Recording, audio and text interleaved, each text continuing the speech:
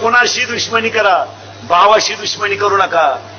नाही नाही नाही, हे मित्र मित्र फक्त तुम्ही पाजितो म्हणून तुमच्या मागे हिंडा द्या.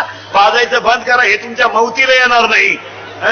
माझं माझ्या भावाचं जमत नाही, तुमचं तुमच्या भावाचं जमत नाही, हा व्यवहार आहे, नाथं नाही. जमत नाही आपलं, त्याच्या घरात जाऊ नका, त्याचं तोंड पाहू नका. पण तुमच्या प्रसंग आल्यावर भाऊ आहे हे विसरू नका, विसरू नका.